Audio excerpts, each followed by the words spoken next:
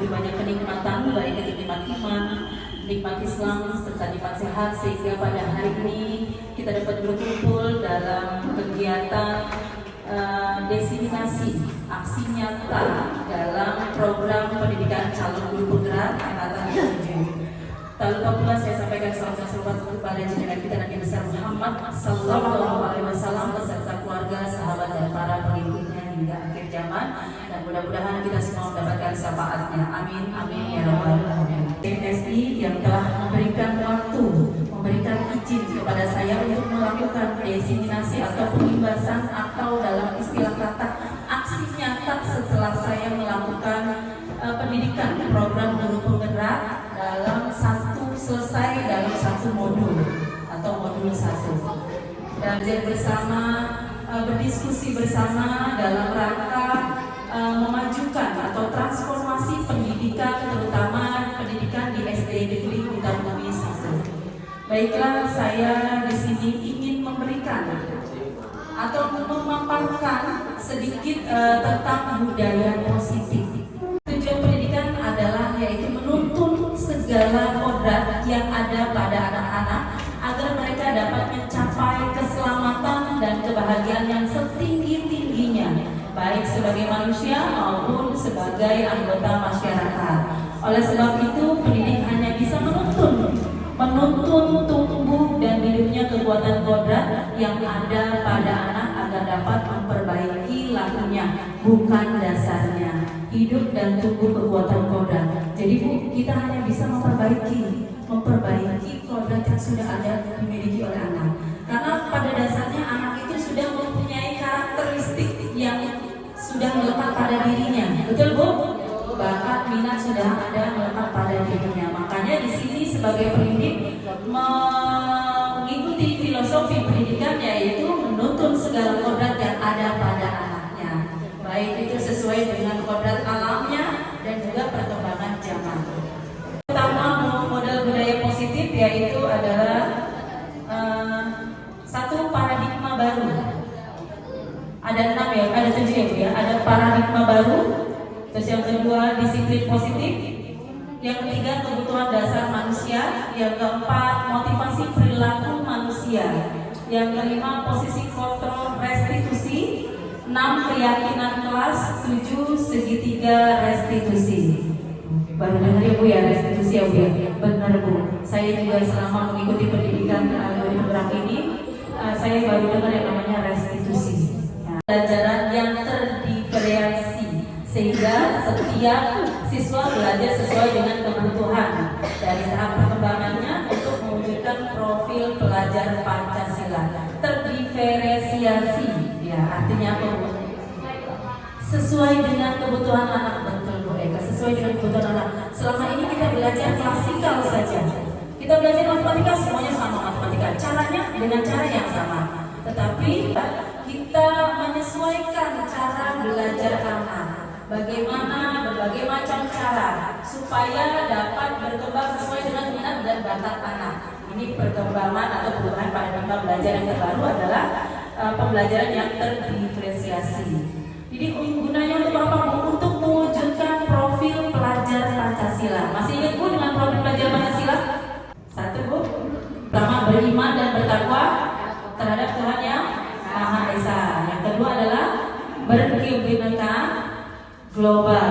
Ketiga, mandiri. Keempat, bergotong royong. Lanjut, bernalar kritis. Dan yang satu lagi adalah kreatif. Betul ya. Bu pernah dengar kata disiplin ya Bu? Dengar. Iya, pasti kita mau mendisiplinkan anak. Apa Bu? Disiplin, patuh, ya, peraturan, betul, taat, ya, tertib. Nah, disiplin di sini biasanya pada tata tertib, teratur, patuh, atau pada peraturan. Kata disiplin juga sering dihubungkan dengan hukuman. Ya Bu ya? Oh, kalau anak yang nggak disiplin kita hukum. Betul Bu? Begitu ya Bu ya biasanya ya? Iya, biasanya begitu. Itu paling ampuh supaya anak, biasanya supaya anak apa Bu? Jerah, tidak melakukan lagi. Padahal itu hal yang berbeda. Rata yang tahu adalah yang namanya disiplin adalah peraturan. peraturan diberikan dengan cara yang dihukum. Hukum adalah yang paling efektif, paling utama supaya anak jerah tidak melakukan lagi. Begitu Bu ya. Nah, disiplin positif ini adalah disiplin yang artinya kemampuan memerintahkan diri sendiri dalam mengontrol dan menguasai diri untuk memilih tindakan yang mengacu pada nilai-nilai yang kita hargai dengan penuh tanggung jawab tanpa diperintah orang lain. Jadi mengontrol diri sendiri. Punten, sebelum masuk ke teori lainnya, Ibu coba yang duduk di sebelah kanan. Ada yang duduk di sebelah kanan, mana Bu? Tangan sebelah kanan. Ya, sebelah kanan. Ya, sebelah kanan ini memegang sesuatu yang berharga. Ya Bu ya, yang sebelah kanan ya. Coba yang sebelah kanan mana Bu? Sebelah kanan. Pak Isis segala pasangannya dengan Pak Pepe bentarnya. Sebelah sini Pak. Kanan ini memegang sesuatu yang berharga. Yang sebelah kiri, bagaimana caranya supaya yang kanan ini ngebuka kepelan tangannya? Bisa Bu? Ya, dengan cara apa? Terserah Ibu. Biasanya kalau kita ini mau buka kepelan tangan ya, kepelan tangan ada yang bisa diambil, dirampas, terus dia Ibu dipaksa, terus dibujuk, lalu dia apa lagi? Macam-macam. Coba Ibu lakukan. Saya tunggu 1 detik, 2, 3, mulai. Nah, ayo, bagaimana caranya? Terserah Ibu. Ayo, kita pasangan bersama teman. Ya, yang kiri pegang kepala ya. Bagaimana caranya supaya kepala itu dibuka? Ayo, silakan. Ayo, silakan. Sudah? Sudah buka? Ada dirayu, dibujuk, silakan dengan cara apa? Ayo, ada yang dirayu. Ayo. Oke, bisa ya Bu ya. Nanti sekarang kalau sudah dipraktekkan, kira-kira tadi sudah ada yang dibujuk, ada yang bilang, kira-kira ini pegangan tangannya bagaimana? Yang pegang tangan, terbuka atau tidak terbuka? Ada yang dibuka, ada yang tidak. Nah, yang dibujuk yang dibuka. Ada yang dibuka, ada yang tidak dibuka, ada yang dibujuk, ada yang dipaksa. Tadi saya melihat Bu Eko udah maksa. Dibuka Pak sama Bu Siska? Enggak dibuka, tetap ya. Tapi tadi saya lihat itu buka ya, buka. Padahal cuma dibujuk doang, langsung dibuka. Ya. Ini yang namanya arti Bu. Yang bisa mengontrol itu adalah diri kita sendiri. Walaupun pada akhirnya dibuka, ya dengan bujuk rayu. Ibu Aji Ayu merayu nih, merayu si emak, ya Mayati. Terbukalah, dibuka tetap. Tapi ilusi.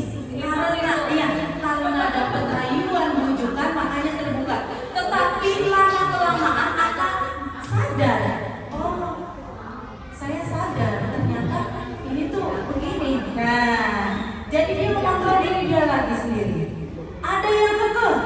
Oh, udah dirayu, udah dibujuk, dimarahin, dirampas pun tetap dia pegang teguh. Ya, kenapa? Dia sedang mengontrol dirinya. Mau dirayu, mau dibujuk, saya tetap mengontrol diri saya.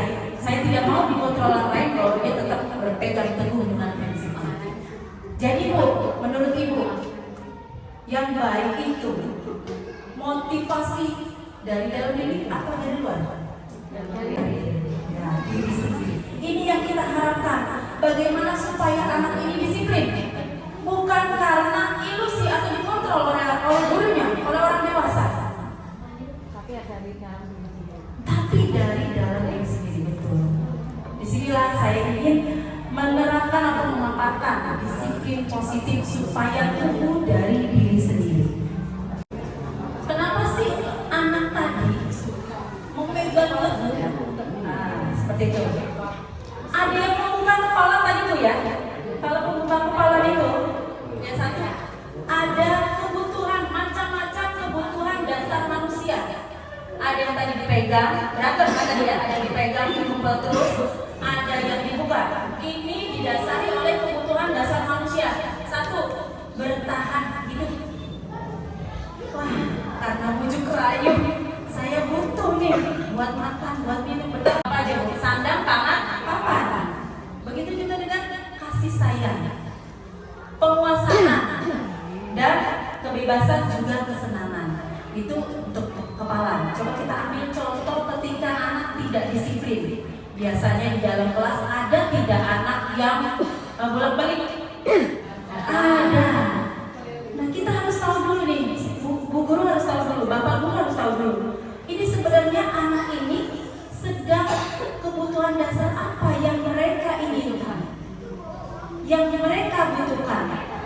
Nah, apakah bertahan hidup karena dia butuh makanan, butuh sandang pangan papan, atau butuh kasih sayang, butuh perhatian biasanya dari guru, atau penguasaan? Biasanya anak ini menguasai kelas.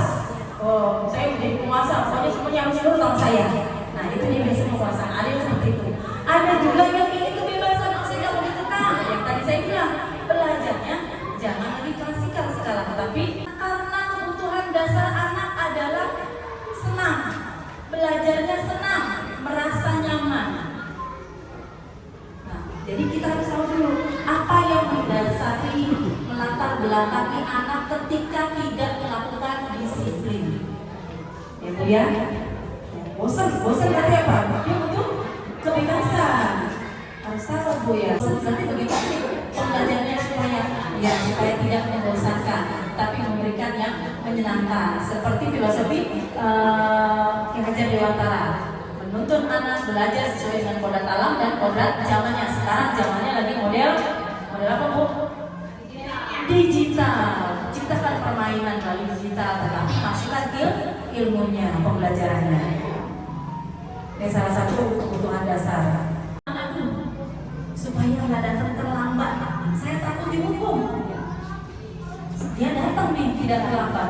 Muridnya melakukan disiplin karena apa Bu? Karena takut dihukum. Berarti itu motivasi apa? Motivasi yang dari luar. Karena dia takut. Dia datang rata-rata takut. Ya. Yang kedua, mendapatkan imbalan atau penghargaan dari orang lain atau dari gurunya. Murid melakukan disiplin karena untuk mendapatkan pujian dari orang lain, dari luar. Ya, kalau yang imbalan mungkin setingkat lebih baik ya daripada yang karena takut dihukum, setingkat lebih baik. Untuk mendapatkan penghargaan saya datangnya lebih awal, lebih cepat. Atau saya nulisnya lebih duluan biar dapat penghargaan dari guru. Biasanya ibu guru sudah mendapat kasih apa itu? Hadiah, reward begitu ya. Tetapi yang lebih dari orang yang mereka inginkan dan menghargai diri sendiri dengan nilai-nilai yang mereka percaya. Murid melakukan disiplin diri karena sadar akan nilai kebajikan dirinya. Motivasi ini timbul dari dalam diri sendiri. Mana yang ingin diharapkan Bapak Ibu untuk murid-murid kita, untuk anak didik kita? Kira-kira yang mana?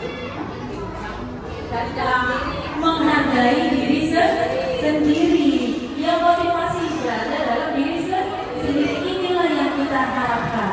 Kenapa dari diri sendiri itu lebih baik? Karena kalau kita memberikan hukuman atau penghargaan, Ibu, yang biasa dilakukan adalah konsep disiplin dengan identitas gagal. Luar biasa. Apa yang kita lakukan menjadikan identitas gagal. Kalau kita kan memberikan hukuman pada anak, rasanya apa Bu? Apa Bu? Menyakitkan, betul Bu, dihukum. Waduh, hubungan juga datangnya telat. Dihukum kepsek ya Pak Haji ya. Menyakitkan. Rasanya tidak nyaman. Akhirnya jadi takut. Karena peraturan itu sifatnya memaksa, maka dia paksakan datang supaya dia melakukan kesalahan, baik itu di dalam kelas maupun di luar, dia menyembunyikan kesalahannya. Dan itu bukan hanya saat ini, identitas gagal itu akan berkembang. Mau Bapak Ibu anak kita menjadi identitas gagal? Mau Bu? Tidak, Subhanallah. Padahal tadi kita bilang itu hukuman yang paling prioritas bagi kita karena anak melakukan jerat, tapi ternyata dampaknya sangat tidak biasa, tidak baik, tidak positif bagi kita. Lalu bagaimana kalau kita sering memberikan penghargaan? Sedikit lebih baik dari hukuman. Kalau kita memberikan penghargaan, tidak efektif. Kenapa dibilang tidak efektif? Lagi. Mau percuma saya melakukan ini. Yang dapat yang pintar lagi. Betul Bu? Merusak lingkungan. Identitas gagal juga. Mengambil kreativitas tadi kira-kira percuma. Gak mau pakai murid terjelek, nilai saya gak bagus, gak bakalan dinilai guru yang dinilai si A lagi, si A, si B, si A, si B, si C. Nah, inilah yang masuk konsep disiplin identitas gagal. Nah, yang identitas sukses. Pernah dengar Bu yang dimaksud dengan konsekuensi? Ya. Kalau tadi gagal, sekarang adalah identitas suksesnya. Identitas suksesnya yaitu konsekuensi dan restitusi. Konsekuensi seperti ini. Misalnya ya, di dalam pendek. Kenapa? Ya kalau nggak tumpah ya dia nggak punya rasa ingin membantu. Yang menumpahkan yang memberesin. Betul Bu? Saya menumpahkan, saya membereskan. Jangka pendek. Perlu monitoring. Kan tumpah, coba dibereskan. Kalau sudah tumpah nanti temannya terpleset. Perlu monitoring, pengawasan, pemantauan yang selalu berkelanjutan. Stimulus, kan tumpah. Kan ada stimulus, baru ada respon. Oh iya Bu, saya tumpah. Direspon oleh anak. Terus murid menghormati peraturan ketika ada yang tumpah ya dia cuma menghormati saja. Karena konsekuensi yang dilakukan maka dia menghormati peraturan yang ada. Selanjutnya yaitu kehilangan untuk refleksi diri. Yang sudah saya lakukan ini memang untuk diri saya sendiri atau memang hanya untuk menghormati peraturan. Ini konsekuensi. Ya. Ini bisa jadi sukses, ya. Tidak gagal, sukses juga. Karena merupakan salah satu konsekuensi atau sesuatu yang dilakukan harus jawabnya. Namun ini perlu dimonitoring, gitu ya Bu ya. Dan yang pertama kali saya dapatkan yaitu di PGP ini, calon guru penggerak ini, yaitu adalah restitusi. Baru dengar ya Bu ya? Restitusi, bertanggung jawab untuk perilakunya. Fokus pada penyelesaian masalah jangka panjang.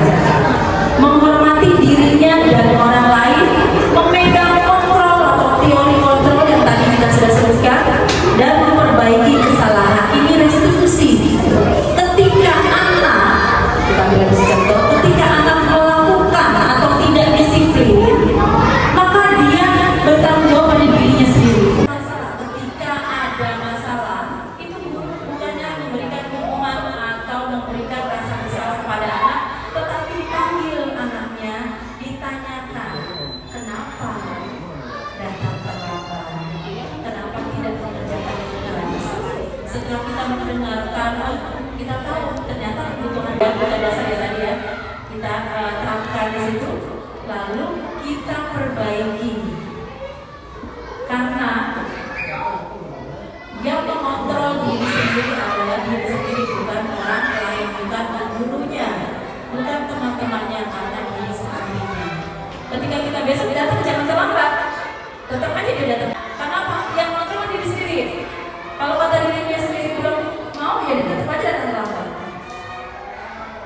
Kalau suruh gurunya datang tidak terlambat pun dia datang tidak terlambat, itu karena masih dikontrol oleh gurunya dan itu bersifat jangka pendek. Apa yang dimaksud dengan restitusi? Restitusi adalah proses menciptakan kondisi bagi murid-murid untuk memperbaiki kesalahan mereka. Untuk memperbaiki kesalahan, kebutuhan dasar yang melatar belakangi tindakan, fokus pada karakter dan menciptakan juga fokus pada solusi. Jadi ketika tadi Bu yang ketika ada anak yang tidak disiplin, maka si siswa itu bukan menebus kesalahan tapi memperbaiki kesalahannya, memperbaiki hubungannya, memperbaiki hubungan dengan rekan-rekannya. Biasanya kalau ada anak yang melanggar peraturan dikucilin Bu ya, teman-temannya Bu ya, jangan bermain sama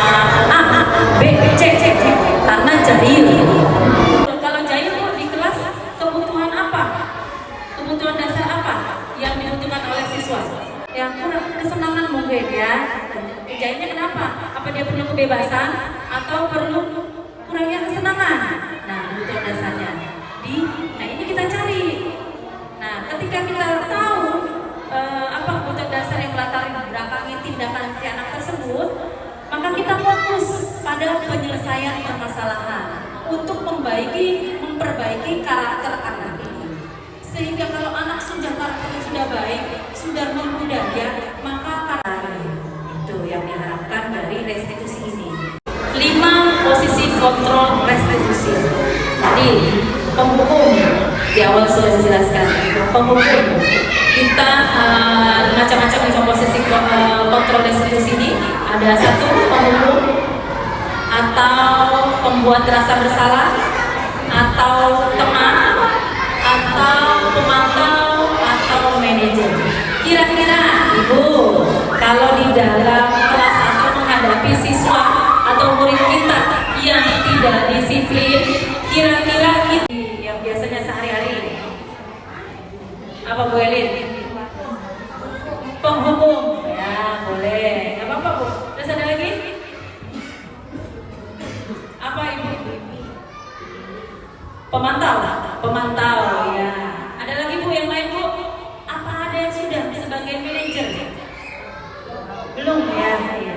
Yang tadi sudah di awal ya, rata-rata sebagai penghukum ya.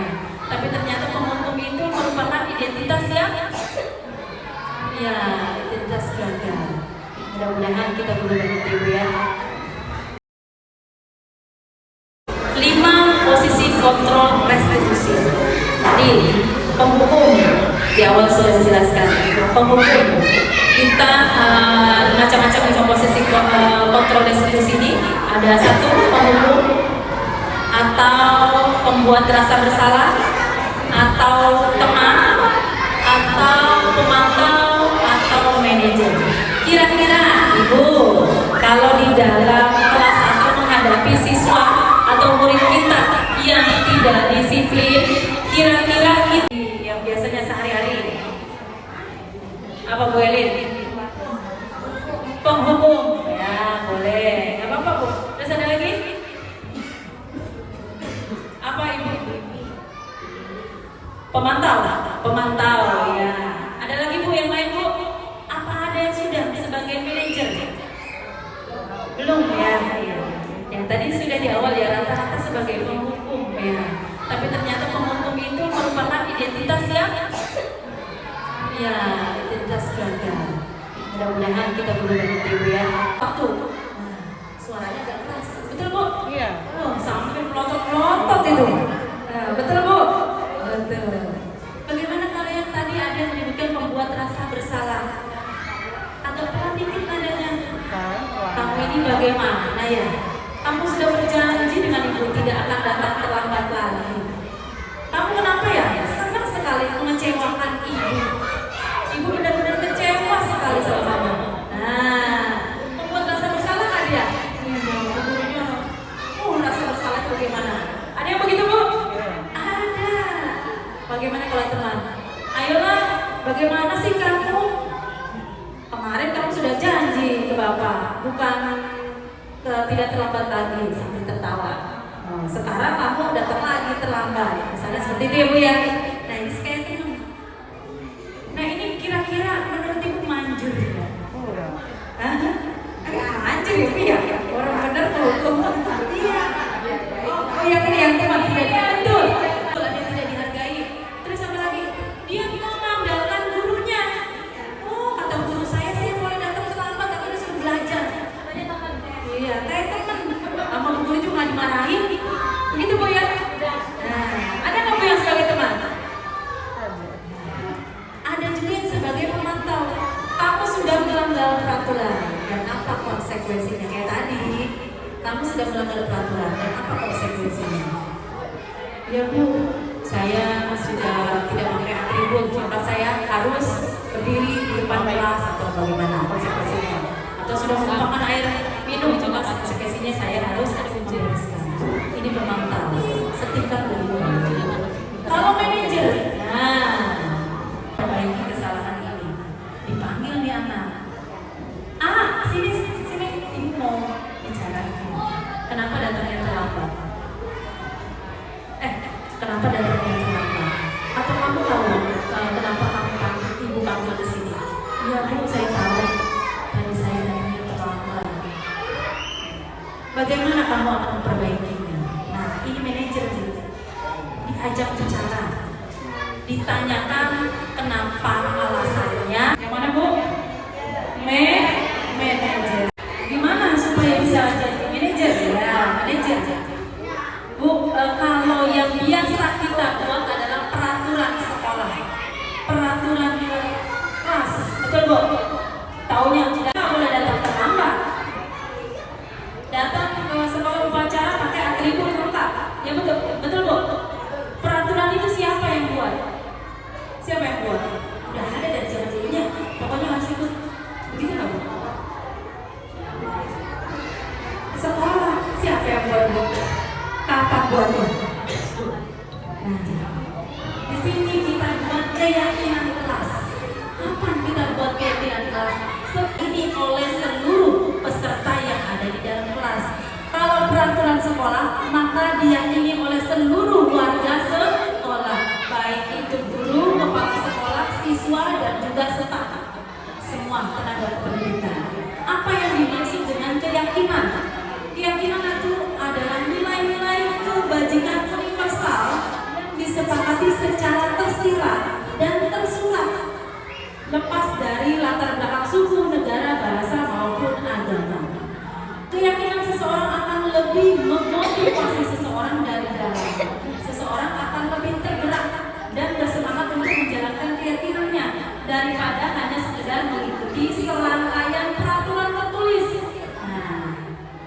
Daripada hanya sekedar mengikuti serangkaian peraturan tertulis tanpa tujuan utamanya dan menjadi tidak tertarik. Akhirnya takut sehingga hanya sekedar mengikuti serangkaian peraturan yang mengatur mereka tanpa memahami tujuan mulianya. Tapi dengan keyakinan kelas, kalau kita awal pelajaran baru, kita buat keyakinan kelas. Kira-kira kebijakan atau nilai kebajikan apa yang perlu kita tanamkan pada anak-anak? Kebajikan universal yang mana dulu? Menghargai, betul Bu? Nilai kebajikannya dulu. Nilai kebajikannya apa Bu? Menghargai. Menghargai itu kan ada macam-macam Bu. Menghargai siapa? Diri sendiri, orang lain. Terus waktu juga menghargai waktu. Ya Bu ya. Ketika datang terlambat, itu peraturan dimiliki anak. Menghargai diri sendiri, menghargai waktu dan menghargai orang lain. Datang terlambat ketika datang guru sudah mengajar. Berarti menghargai gurunya enggak? Kalau datangnya terlambat, tidak. Menghargai waktu enggak? Ya. Buang waktunya dengan percuma. Menghargai diri sendirinya enggak?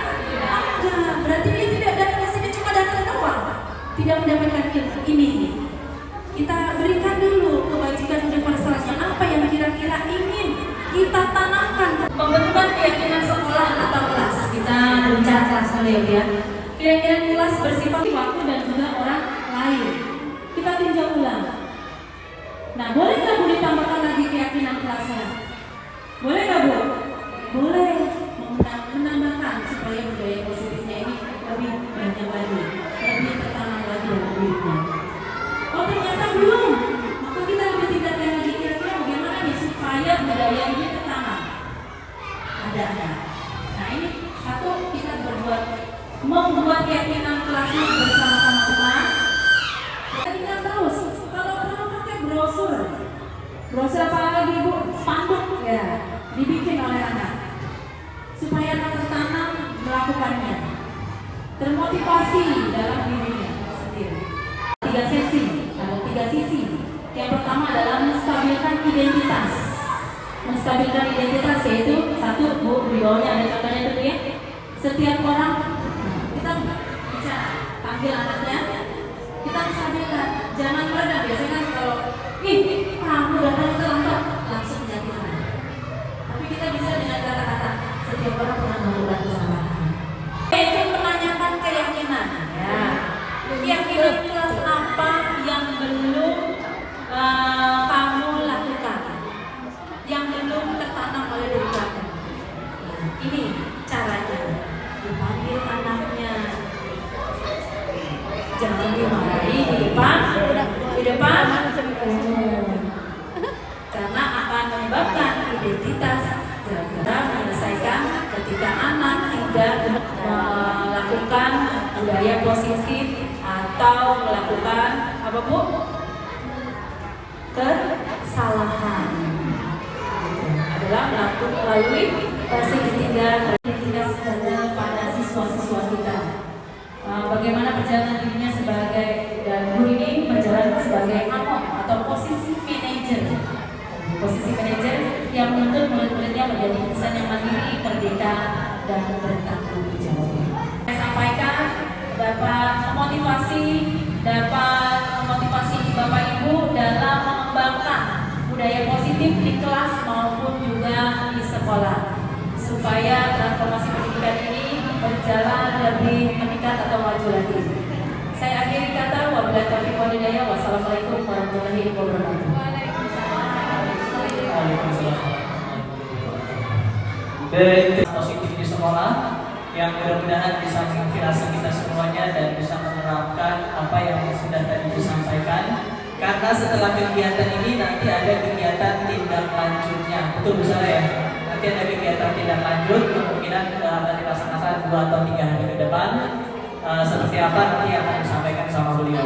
Baik, selanjutnya setelah tadi pemaparan yang sudah disampaikan tentang pembiasaan atau materi budaya positif di sekolah, mungkin di antara Bapak Ibu ada yang punya atau sedikit pertanyaan atau ingin menyampaikan konsep atau gagasan perihal dengan kebiasaan baik di sekolah ini, kira-kira apa saja. Kami buka satu termin, yaitu untuk 1 sampai 3 pertanyaan dari Bapak Ibu sekalian atau penyampaian pendapatnya yang kita sampaikan, kita tunjukkan kepada pemateri kita hari ini. Dipersilakan kepada Bapak Ibu yang ingin mengajukan pertanyaan. Kita buka satu termin untuk 1 sampai 3 pertanyaan. Jadi silakan Bapak Ibu, siapa yang ingin bertanya silakan ajukan tangannya, kemudian angkat tangannya dan sampaikan apa pendapat ataupun pertanyaannya. Silakan. Ya, misalnya saya tuh udah menghukum anak, memberitahu, terus nggak jelas-jelas, itu gimana caranya supaya anak itu nurut sama kita. Misalnya sama saya udah kasih kan pelajaran, udah ini kasih permainan, tapi begitu aja nggak berubah-ubah juga, nakal banget. Coba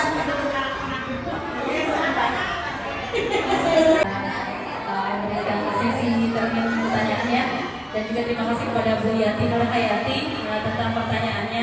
Bagaimana anak sudah dikasih hukuman, dikurangi nilainya, ya Bu ya, dikasih penghargaan, tetap aja anaknya nggak cerah-cerah, masih aja begitu. Sebenarnya udah tahu jawabannya, Jadi ketika ada anak yang dihukum, itu pasti ada anak yang jerah. Ada anak yang jerah, ada yang jerah dan tidak melakukannya. Tapi yang udah dihukum, nilainya dikurangi, suruh berdiri, nggak jerah-jerah, nggak malu lagi. Nah, tapi yang ada malah bandel. Kenapa Bu? Karena satu, menghukum itu adalah tindakan yang tidak efektif, yang hanya sifatnya yang dikontrol oleh seorang gurunya.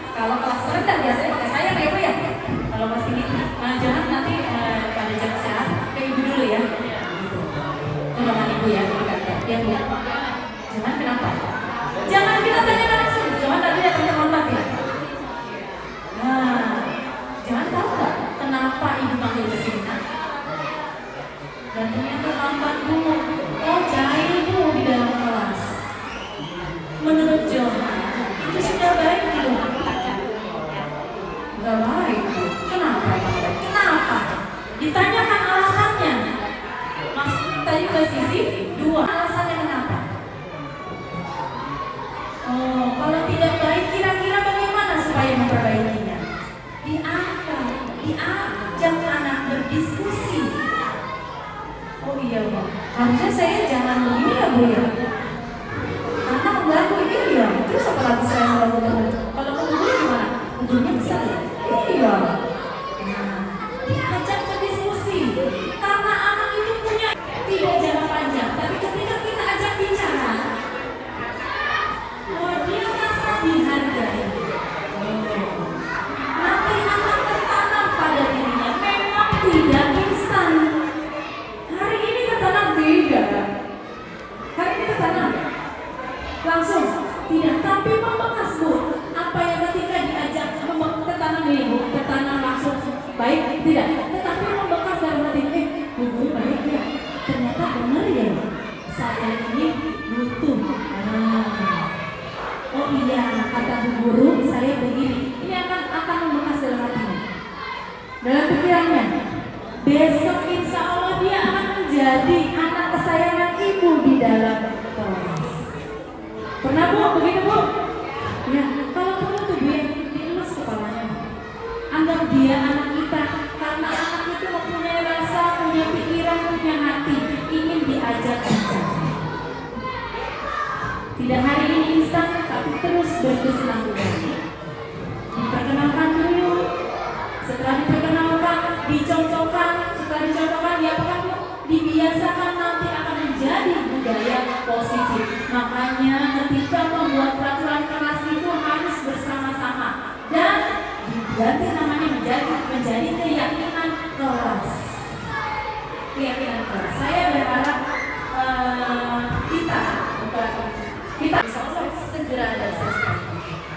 Kalau bisa perlu besok Bu, kita terapkan. Sekarang hilangkan lagi ya Bu yang namanya tadi 5 posisi kontrol yang tidak baik. Kita ambil posisi kontrol di mana Bu? Manager. Posisi kontrol di mana Pak Ajis? Manager. Menyelesaikan masalah anak dengan tidak cara menghukum, tetapi dengan segitiga restitusi. Peraturan kelas kita buat dengan cara membuat keyakinan kelas, dipajang setelah sana. Mudah-mudahan bisa jelas ya Bu ya dengan penjelasan saya. Ini Bu segitiga restitusi yang pernah saya lakukan di kelas ya Bu. Contoh ini tentang anak menyelesaikan masalah.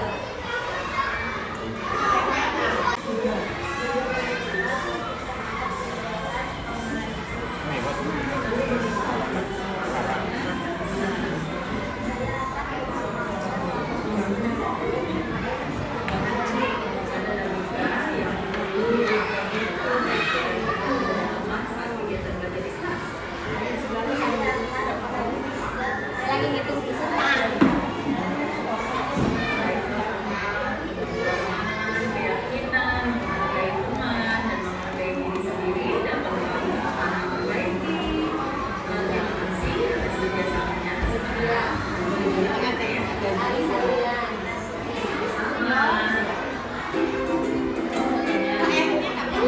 Iya, baik, terima kasih atas paparannya. Setelah rangkaian acara telah kita laksanakan bersama, dapat kita tarik kesimpulan bahwa untuk kegiatan diseminasi atau pengintasan materi budaya positif dari program pendidikan guru penggerak angkatan ke-7 Kabupaten Tangerang ini, bahwasanya bahwa budaya positif itu adalah kebiasaan yang dilakukan sehari-hari dan bersifat positif. Sampaikan ucapan terima kasih yang setinggi-tingginya kepada pemateri kita Ibu Bungansa Rongka PDPD selaku guru penggerak angkatan ke-7 Kabupaten Tangerang, dan kami ucapkan juga terima kasih kepada Bapak Ibu Dewan Guru SD Negeri Bukit 1 yang telah melaksanakan dan mengikuti kegiatan ini dengan tertib, baik dan lancar.